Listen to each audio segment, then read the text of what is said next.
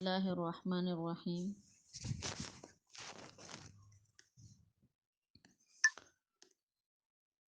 سیقول السفہاء من الناس، ان قریب کہیں گے بے وقوف لوگوں میں سے، ما واللہم عن قبلتہم التی کانوا علیہا، ما واللہم کس چیز نے ان مسلمانوں کو پھیر دیا، عن قبلتہم اپنے قبلے سے، التی کانوا علیہا جس قبلے پر یہ تھے۔ قل، آپ صلی اللہ علیہ وسلم ارشاد فرما دیجئے کہ للہ المشرق والمغرب، اللہ ہی کے لیے مشرق بھی ہے، اس رب کے لیے مغرب بھی ہے، یہدی من یشاء، اللہ ہدایت دیتا ہے جس کو وہ چاہتا ہے، الی صراط مستقیم، سیدھے راستے کی طرف۔ تو انشاءاللہ یہاں پر کچھ قبلے کے بارے میں مطلب بحث و مباحثہ تھا، تکرار ہے تو اسی کا ذکر ہے، تو دیکھیں انشاءاللہ بات کو توجہ سے سنیے گا۔ اس بارے میں ذکر کیا گیا ہے سیقول السفہاء کے بے وقوف کہیں گے۔ بے وقوفوں سے مراد وہ لوگ ہیں کہ جو اپنے آباء و اجداد کی تقلید کرتے ہیں، چاہے وہ صحیح ہو چاہے وہ غلط ہو، یعنی منافقین، یہود اور مشرکین مراد ہیں۔ آگے جو آیت میں لفظ آیا ہے کہ عن قبلتہم التی، کہ کس چیز نے ان مسلمانوں کو پھیر دیا قبلے سے، اس قبلے سے مراد بیت المقدس ہے، بیت المقدس مراد ہے یہاں پر۔ تو اصل میں دیکھیے معاملہ کچھ اس طرح ہوا تھا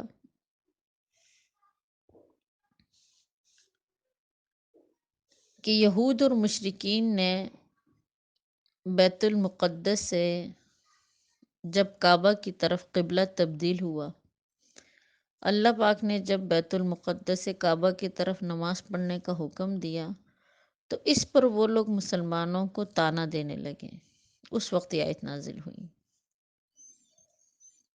یعنی جب آپ صلی اللہ علیہ وسلم کو کعبہ کی طرف توجہ کرنے کا حکم فرمایا تو کہتے یہودیوں نے، مشرکین مکہ نے کہا کہ محمد کو اب اپنے دین میں خود ہی کچھ حیرانگی ہونے لگی ہے، اور اب یہ سمجھ گئے ہیں کہ ہم لوگ راہ راست پر ہے۔ یہ بات مشرکین نے کہی تھی، اس لیے کہ جو مشرکین مکہ تھے نا، وہ کعبہ کو زیادہ ترجیح دیتے تھے، اس کے آگے جھکتے تو نہیں تھے، خیر بت وغیرہ انہوں نے رکھے ہوئے تھے، لیکن وہ اب اللہ کے پیغمبر کو انہوں نے ایسی باتیں سنائی کہ انہیں اپنے دین میں خود ہی کچھ حیرانی ہونے لگی ہے، تب یہ سمجھ گئے ہیں کہ ہم لوگ صحیح راستے پر ہیں، اس لیے اپنے قبلے کو چھوڑ کر ہمارے قبلے کو انہوں نے اختیار کر لیا، اور ان قریب آہستہ آہستہ یہ مکمل ہمارے دین میں شامل ہو جائیں گے۔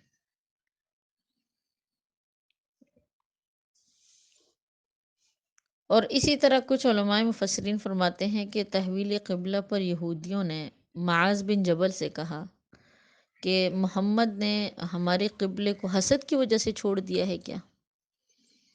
تو کہتے اس موقع پر اللہ پاک نے آیت نازل کی کہ بے وقوف، یہ سب بے وقوف ہے جو ایسی باتیں کر رہے ہیں، اور آپ علیہ السلام کو، مسلمانوں کو طعنہ دے رہے ہیں کہ ما واللہم عن قبلتہم التی، کہ تم لوگوں کو کس چیز نے پھیر دیا اس قبلے سے، کانوا علیہا جس پر تم تھے، یعنی بیت المقدس کو چھوڑ کر تم نے کعبہ کی طرف اپنا رخ کیوں کر لیا، اس کو قبلہ کیوں بنا دیا؟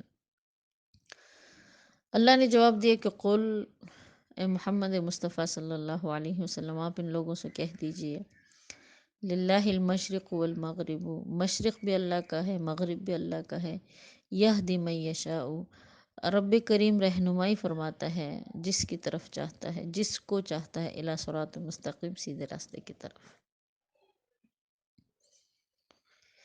اللہ پاک نے کعبہ کی طرف منہ کرنے کا حکم دے دیا، اس لیے ہم نے اللہ کے حکم کی اتباع کر دی۔ اس سے پہلے اللہ پاک نے بیت المقدس کی طرف نماز پڑھنے کا حکم دیا تھا، تو تب بھی ہم نے اللہ کے حکم پر اعتماد کر کے اس کی طرف نماز پڑھی۔ تو راہ مستقیم سے مراد وہ راستہ ہے کہ جس کو اللہ پسند کرے، کی طرف اللہ پاک حکم دے تقلید کی۔ آگے پھر ساتھ ساتھ فرمایا کہ وَكَذَلِكَ، اے محمد مصطفیٰ صلی اللہ علیہ وسلم، اسی طرح جعلناکم، ہم نے بنایا امتا وسطاً، تمہاری امت کو معتدل امت۔ اس الفاظ میں جعلناکم امتا وسطاً، اس میں امت محمدیہ صلی اللہ علیہ وسلم کی تعریف ہے کہ ہم نے تم کو بنایا ہے معتدل امت، یعنی ہم نے تم کو اوروں سے بہتر، عادل، علم، عمل، معرفت سے راستہ بنایا ہے۔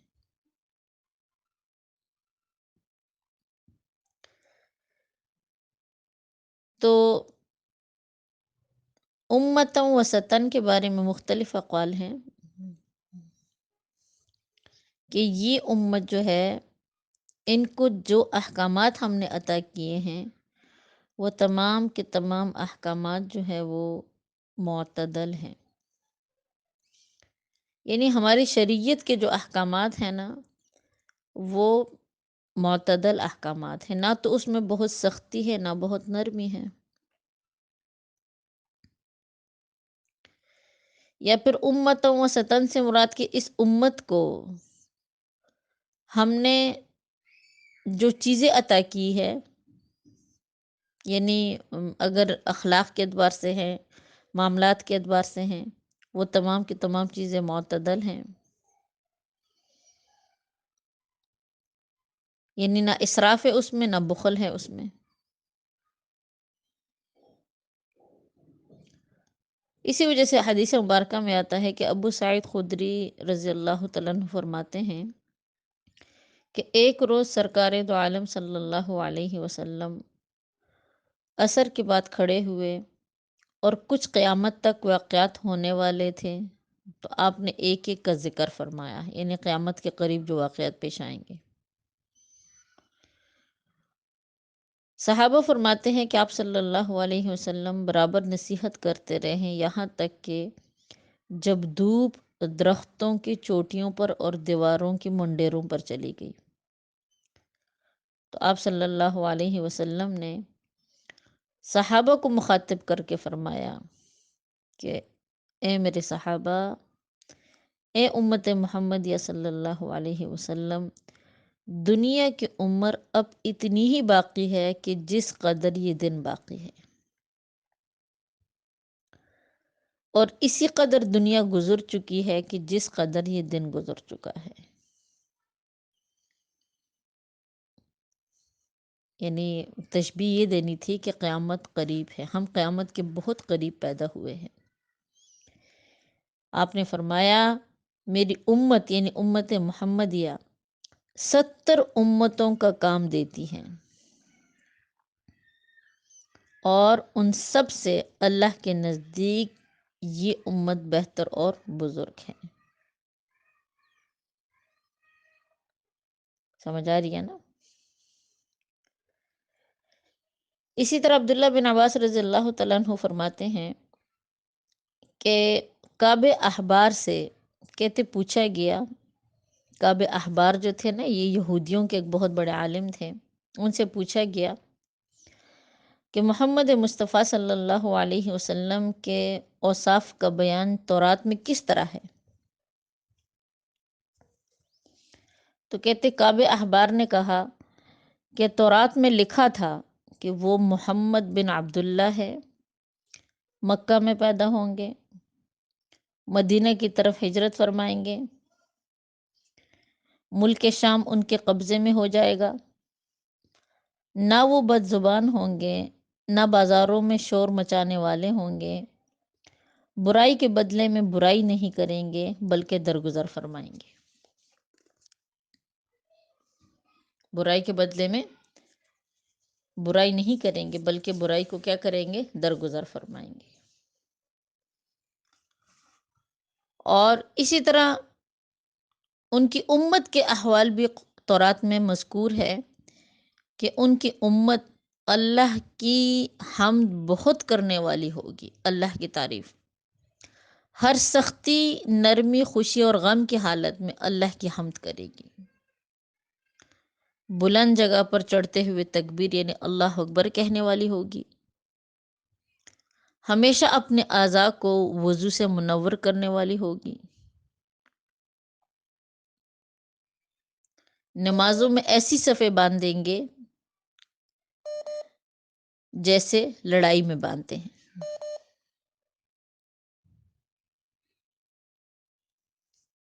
مسجدوں میں ان کی آوازیں شہد کی مکھیوں کی آواز سی نرم اور پست ہوگی، یعنی نہ اتنی پست کہ پاس والا سن نہ سکے اور نہ بہت بلند۔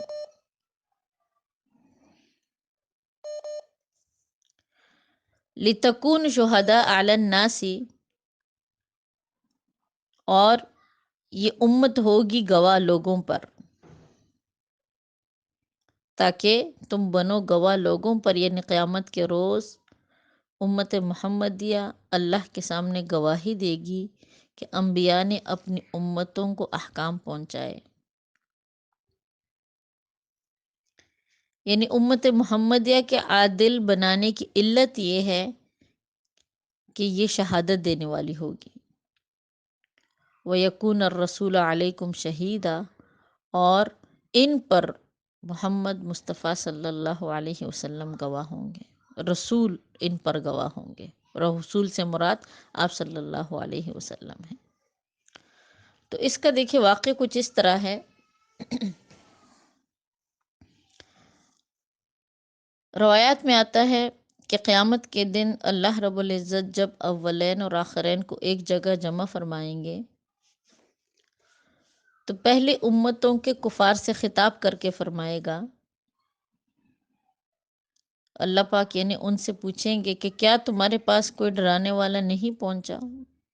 تو کہتے پہلی امت صاف انکار کر دے گی کہ رب کریم ہمارے پاس تو کوئی نہیں آیا۔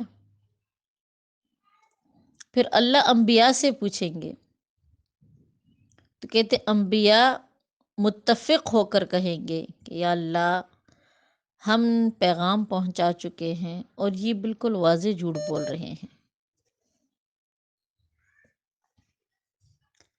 اللہ رب العزت باوجود عالم الغیب کے مگر حجت تمام کرنے کے لیے انبیاء سے گواہ طلب فرمائیں گے کہ اگر تم لوگوں نے ٹھیک ہے گواہ پہنچا دیا، مطلب پیغام پہنچایا ہے، تو کوئی گواہ طلب کرو اپنی، یعنی کوئی دلیل لے کر آؤ۔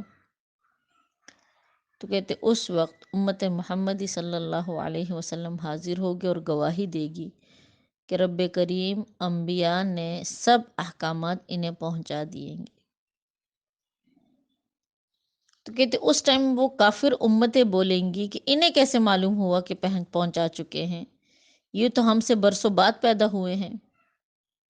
تو امت محمد صلی اللہ علیہ وسلم جواب دے گی کہ رب کریم ہمارے پاس آپ صلی اللہ علیہ وسلم نے، یعنی ہمارے پاس آپ نے اپنے پیغمبر کو بھیجا محمد صلی اللہ علیہ وسلم کو، ان پر کتاب نازل فرمائے، اس میں ہمیں خبر دی کہ سب انبیاء نے اپنی اپنی امتوں کو احکامات پہنچا دیے ہیں۔ اللہ تعالیٰ سب سچوں سے زیادہ سچا ہے۔ اس کے بعد محمد صلی اللہ علیہ وسلم کو بلایا جائے گا اور امت کی حالت ان سے پوچھی جائے گی کہ آپ ان کی سچائی اور عدالت کی گواہی دیں گے؟ تو آپ صلی اللہ علیہ وسلم فرمائیں گے کہ جی ہاں ایسا ہی ہے۔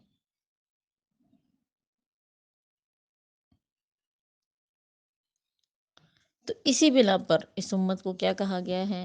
لِتَكُونُوا شُهَدَاءَ عَلَى النَّاسِ، تاکہ تم بنو گواہ لوگوں پر، وَيَكُونَ الرَّسُولُ عَلَيْكُمْ شَهِيدًا، اور تمہارے گواہ جو ہے نا وہ رسول محمد صلی اللہ علیہ وسلم بنیں گے۔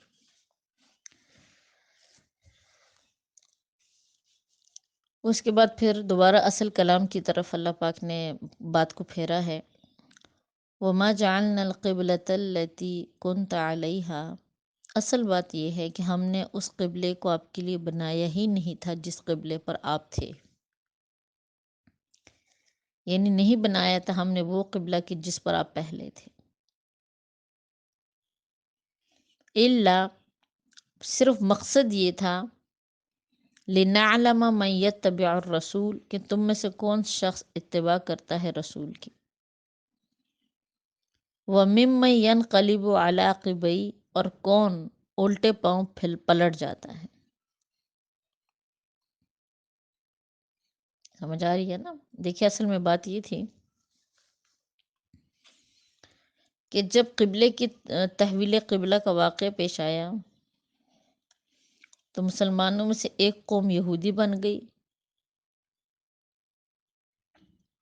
ٹھیک ہے نا، اور یہ کہا کہ محمد صلی اللہ علیہ وسلم پھر اپنے باپ دادا کی دین پر ہو گئے۔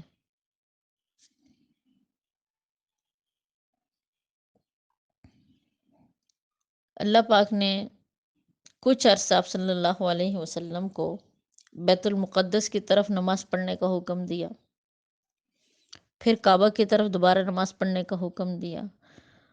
تو اس کی وجہ قرآن نے خود بتائی ہے کہ لِنَعْلَمَ مَن يَتَّبِعُ الرَّسُولَ وَمِمَّن يَنْقَلِبُ عَلَىٰ عَقِبَيْهِ کہ تحویل قبلہ اس وجہ سے ہوئی کہ پہلے سے ہم رسول کی پیروی کرنے والوں کو اور جنہوں نے پیروی نہیں کرنی ان کو جان لے، یعنی تمہیں معلوم ہو جائے کہ تمہارے پکے مخلص دوست کون سے اور کون نہیں ہیں۔ تو قبلے کی تحویل ایک قوم کے ہدایت کا ذریعہ بنا اور کچھ لوگوں کی مطلب کفر کا ذریعہ بنا، ورنہ تو دیکھیں اللہ کے لیے تو مشرق بھی ہے مغرب بھی ہے، جس طرف بھی انسان منہ کرے تو اللہ پاک کو اپنے سامنے پائے گا۔ بلکہ حدیث پاک میں آتا ہے، قرآن کی آیتیں ہیں کہ میں اپنے بندے کے اتنا قریب ہوں کہ شہرک سے بھی زیادہ قریب ہوں۔ صرف یہ جو معاملات ہوتے ہیں نا، اس میں انسان کی آزمائش مقصود ہوتی ہے، اور اللہ کی طرف سے جو آزمائشیں ہوتی ہیں نا اس کی مختلف صورتیں ہوتی ہیں۔ کبھی انسان کو سختی سے آزمایا جاتا ہے، کبھی انسان کو خوشحالی سے آزمایا جاتا ہے، کبھی غموں سے آزمایا جاتا ہے، کبھی دین کے معاملات سے آزمایا جاتا ہے۔ سمجھ آ رہی ہے نا؟ یہ جو اللہ نے ہم پر نمازیں فرض کی یہ بھی ہماری آزمائش کا ذریعہ ہے، ورنہ اللہ کو ہماری نمازوں کی ضرورت تھوڑی ہے۔ یہ جو ہم پر روزے فرض ہے یہ بھی ہماری آزمائش مقصود ہے اس میں۔ یہ جو وقتاً فقتاً اللہ کی طرف سے مطلب جو صاحب مال ہے زکوٰۃ فرض، کبھی حج کی فرضیت، یہ تمام چیزیں انسان کی آزمائش کا ذریعہ ہے۔ اللہ دیکھنا چاہتے ہیں کہ آیا کون شخص ان اعمال پر استقامت اختیار کرتا ہے اور کون شخص ہے جو ان اعمال پر استقامت اختیار نہیں کرتا۔ تو اسی طرح تحویل قبلہ کا حکم ہے کہ تحویل قبلے میں بھی رب کریم دیکھنا چاہتے تھے کہ کون شخص اس رسول کی پیروی کرتا ہے۔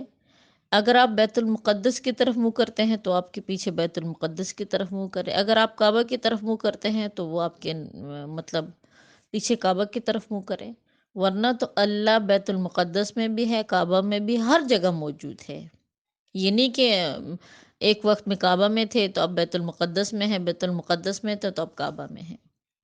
وہ تو قرآن نے صاف بتلا دیا کہ مقصد صرف اور صرف جو ہے وہ انسان کی آزمائش مقصود ہے، اور مسلمانوں کو دکھلانا ہے کہ تمہارا خالص مخلص دوست کون سا ہے۔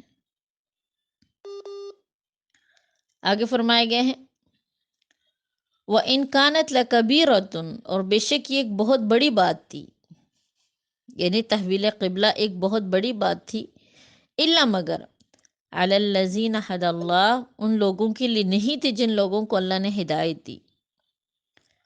وما کان اللہ لیضیع ایمانکم اللہ تمہاری نمازوں کو ضائع کرنے والے نہیں ہیں۔ ان اللہ بالناس لرؤوف الرحیم بے شک رب کریم انسانوں پر بے انتہا شفقت کرنے والے اور رحم کرنے والے ہیں۔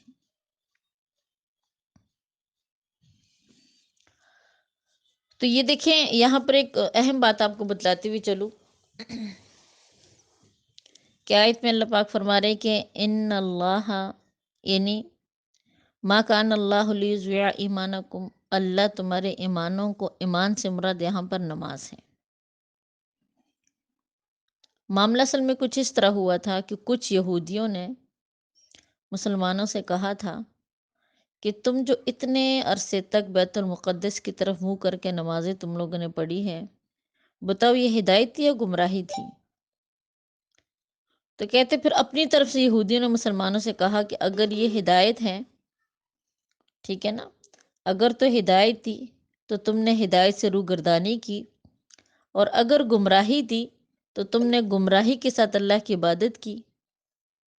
تو کہتے مسلمانوں نے جواب دیا کہ دیکھو، ہدایت وہ ہے کہ جس کا اللہ رب العزت حکم فرمائے، گمراہی وہ ہے کہ جسے اللہ منع کرے۔ جب تک بیت المقدس کی طرف منہ کرنے کا حکم رہا اس وقت وہ ہدایت تھی، لیکن جب منع کر دیا گیا تو اب گمراہی ہے۔ تو اسی دوران خیر کچھ لوگ وفات پا گئے تھے، تو کہتے یہودیوں نے مسلمانوں کو تنگ کرنے کے لیے کہا کہ ٹھیک ہے، اگر یہی بات ہے تو بتاؤ، جو لوگ بیت المقدس کی طرف منہ کر کر کے وفات پا گئے ہیں، تو کیا ان کی جو عبادتیں ہیں، ان کی نمازیں، ان کی ساری چیزیں ضائع ہو گئی؟ تو کہتے اس پر مسلمان اللہ کے پیغمبر صلی اللہ علیہ وسلم کی خدمت میں حاضر ہوئے۔ انہوں نے کہا کہ یا رسول اللہ صلی اللہ علیہ وسلم، جن لوگوں کا انتقال ہو گیا ہے تو آپ ان کے بارے میں کیا ارشاد فرماتے ہیں؟ کیا ان کی نمازیں ضائع ہو گئی؟ تو اللہ پاک نے آیت نازل کی۔ کون سی آیت؟ توجہ سے دیکھیے، ما کان اللہ لیضیع ایمانکم، اللہ تمہارے نمازوں کو ضائع کرنے والے نہیں ہیں۔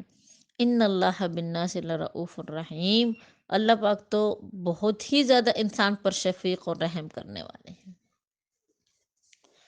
تو قرآن کی اس آیت سے ایک تو نماز کی فضیلت ثابت ہو گئی کہ اللہ رب العزت نے نماز کو کتنا اہم مقام دیا ہے، کہ نماز کے لیے لفظ ایمان ذکر کر دیا، ایمان۔ حالانکہ دیکھو، ایمان نہ ہونا تو کچھ بھی نہیں ہے، ایمان ہی ہمارے پاس اصل چیز ہے۔ لیکن اعمال میں، تمام اعمال میں سب سے جو افضل ترین عمل ہے نا ہمارے پاس، وہ نماز ہے۔ اسی وجہ سے دیکھیں میری بہنوں، نماز ایک ایسا عمل ہے کہ رب کریم نے آپ صلی اللہ علیہ وسلم کو معراج پر بلا کر آپ کو یہ عطا کی، یعنی بلندی پر بلا کر، معراج کروا کر آپ کو یہ تحفہ دیا۔ باقی جتنے اعمال ہیں وہ آپ کو زمین پر ملے، لیکن نماز آپ کو آسمانوں پر ملی، یہ آپ کو تحفے میں ملی۔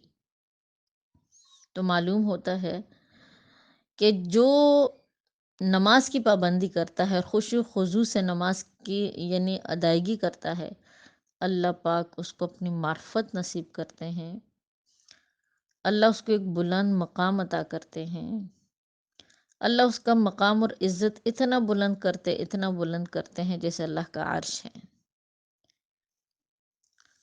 اللہ پاک نے اسی وجہ سے نماز کو تشبیہ دی ہے کسی چیز کے ساتھ، ایمان کے ساتھ، کہ ما کان اللہ لیضیع ایمانکم، اللہ تمہارے ایمانوں کو یعنی تمہارے نمازوں کو ضائع کرنے والے نہیں۔ اگلی آیت میں پھر حکم دیا ہے، قد نرى تقلب وجهك في السماء، اے محمد مصطفیٰ ہم دیکھ رہے ہیں تقلب وجہ کا، آپ کے مبارک چہرے کا بار بار پلٹنا، فی السماء، آسمان کی طرف۔ اس کو سمجھے ذرا، آپ کو پتہ بھی چل جائے گا یہاں پر کہ یہ حکم کیسا تھا۔ تو روایات میں آتا ہے کہ مکہ میں آپ صلی اللہ علیہ وسلم کعبہ کی طرف رخ کر کے نماز پڑھتے تھے۔ جب ہجرت کر کے مدینہ منورہ تشریف لائے تو بیت المقدس کی طرف اللہ نے حکم دیا نماز پڑھنے کا۔ یعنی جب آپ صلی اللہ علیہ وسلم نے مدینہ کی طرف ہجرت فرمائی تو اللہ نے آپ کو حکم دیا کہ بیت المقدس کی طرف رخ کرے۔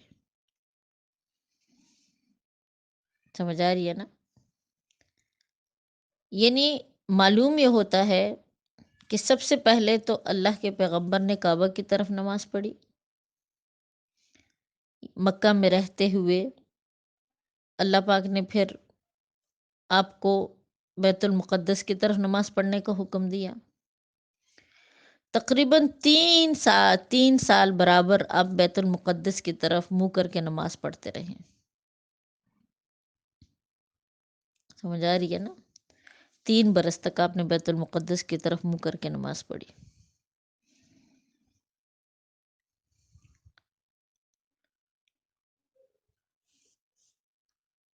لیکن عبداللہ بن عباس رضی اللہ تعالیٰ عنہ فرماتے ہیں، جو صحابی رسول ہے، کہ 3 برس تک جو آپ نے بیت المقدس کی طرف نماز پڑھی وہ مکہ مکرمہ میں پڑھی. کہ شروع میں تو آپ کعبہ کی طرف نماز پڑھتے رہے، پھر اللہ نے بیت المقدس کا حکم دیا، کعبہ ہی میں دیا تھا، یعنی مکہ مکرمہ میں. تو 3 سال تک تو آپ نے مکہ میں رہتے ہوئے، جب آپ نے ہجرت بھی نہیں فرمائی تھی، بیت المقدس کی طرف نماز پڑھی. اللہ نے جب ہجرت کا حکم دیا، آپ نے ہجرت فرمائی، تو ہجرت کے بعد آپ نے 17 مہینے تک، یعنی مدینہ منورہ میں آ کر 17 ماہ تک آپ نے بیت المقدس کی طرف نماز پڑھی. 17 مہینے یا پھر 16 مہینے. بخاری شریف کی روایت سے بھی یہی بات ثابت ہوتی ہے کہ 16 یا 17 مہینے آپ نے نماز پڑھی. اور کچھ کہتے ہیں کہ پورا 16 مہینے پورے، اور 17 مہینے کا کچھ دنوں میں آپ نے نماز پڑھی. اور پھر اس کے بعد اللہ پاک نے دوبارہ آپ کو، یعنی کعبہ کی طرف نماز پڑھنے کا حکم دیا.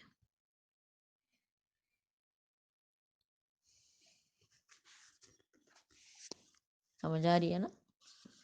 پھر دوبارہ اللہ پاک نے آپ کو کعبہ کی طرف نماز پڑھنے کا حکم دیا. مدینہ منورہ میں جب آپ صلی اللہ علیہ وسلم تشریف فرما تھے، تو کہتے یہودی کہا کرتے تھے کہ محمد تو دین میں تو ہماری مخالفت کرتے ہیں، مگر اتباع ہمارے قبلے ہی کا کرتے ہیں. تو اس لیے آپ صلی اللہ علیہ وسلم کی دلی چاہت تھی کہ اللہ میرا قبلہ واپس کعبہ کر دے. تو کہتے حضرت جبرائیل علیہ السلام سے اللہ کے پیغمبر نے یہ تمنا ظاہر کی، اپنی خواہش ظاہر کی، کہ میرا بڑا دل ہے کہ بیت اللہ جو ہے، جو میرے باپ ابراہیم کا قبلہ ہے، میرے لیے بھی اسی کو اللہ پاک قبلہ بنا دے. حضرت جبرائیل علیہ السلام نے آپ صلی اللہ علیہ وسلم سے عرض کیا کہ یا رسول اللہ، میں بھی آپ ہی کی مثل ایک بندہ ہوں، مخلوق ہوں، بلکہ یا رسول اللہ، آپ اللہ کے نزدیک مجھ سے زیادہ بزرگ اور مقرب ہیں. آپ خود ہی اللہ پاک سے دعا کیجئے. تو آپ صلی اللہ علیہ وسلم نے دعا کی. اکثر اللہ کے حکم کے انتظار میں آپ آسمان کی طرف دیکھتے رہتے. آخر کار اللہ پاک نے آپ کی دعا قبول فرمائی اور یہ آیت نازل ہوئی. کون سی آیت؟ کہ قد نرا تقلب وجہک فی السماء. اے میرے حبیب، آپ جو بار بار اوپر نگاہ اٹھا رہے ہیں، ہم سمجھ رہے ہیں آپ کی اس محبت کو، اس نگاہ کو ہم سمجھ رہے ہیں. اور فرمایا فَلَنُوَلِّيَنَّكَ قِبْلَةً تَرْضَاهَا، ہم ضرور ضرور ضرور پھیر دیں گے آپ کو اس قبلے کی طرف جس کو آپ پسند فرماتے ہیں.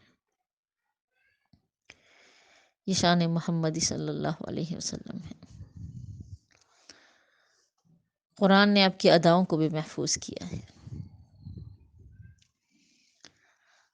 اور اس کے بعد فوراً حکم آیا کہ فولی وجہ کا شطر المسجد الحرام، اب پھیر دیجیے اپنا رخ بیت المقدس سے مسجد حرام کی طرف.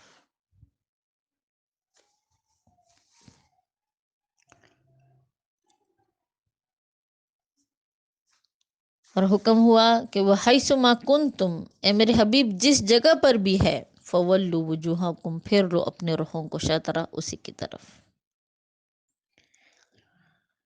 تو اس کے بارے میں دیکھیں، روایات میں آتا ہے تحویل قبلہ کے بارے میں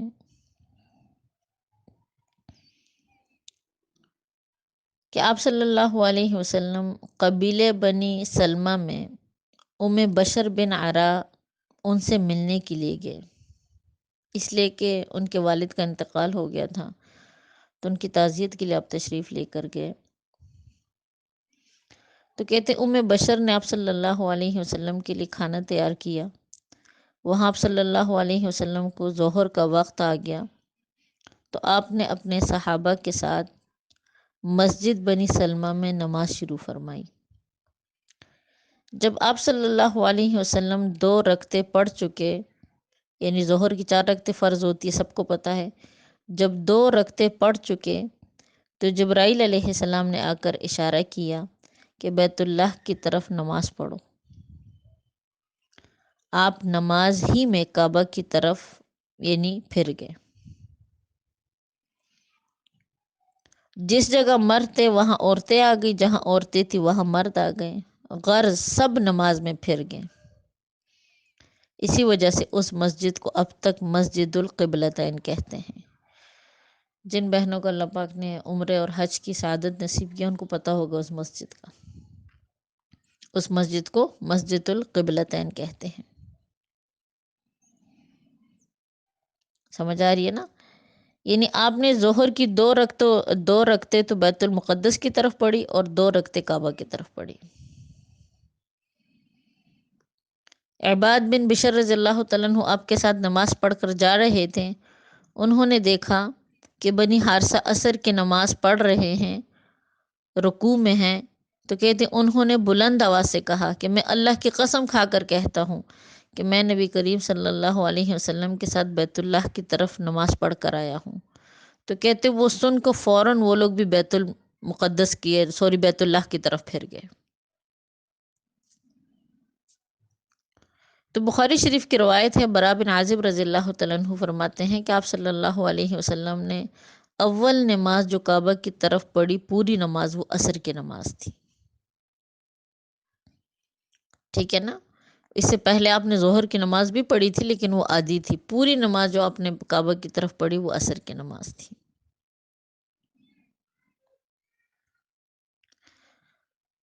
وَإِنَّ الَّذِينَ أُوتُوا الْكِتَابَ، اور بے شک جو لوگ جنہیں کتاب دی گئی، لَا يَعْلَمُونَ وہ جانتے ہیں کہ أَنَّهُ الْحَقُّ مِن رَبِّهِمْ کہ یہ حق اللہ ہی کی طرف سے ہے، وَمَا اللَّهُ بِغَافِلٍ عَمَّا تَعْمَلُونَ اور بے شک اللہ پر غافل نہیں ہے ان اعمال سے جو اعمال وہ کر رہے ہیں۔ وآخر دعوانا الحمدللہ۔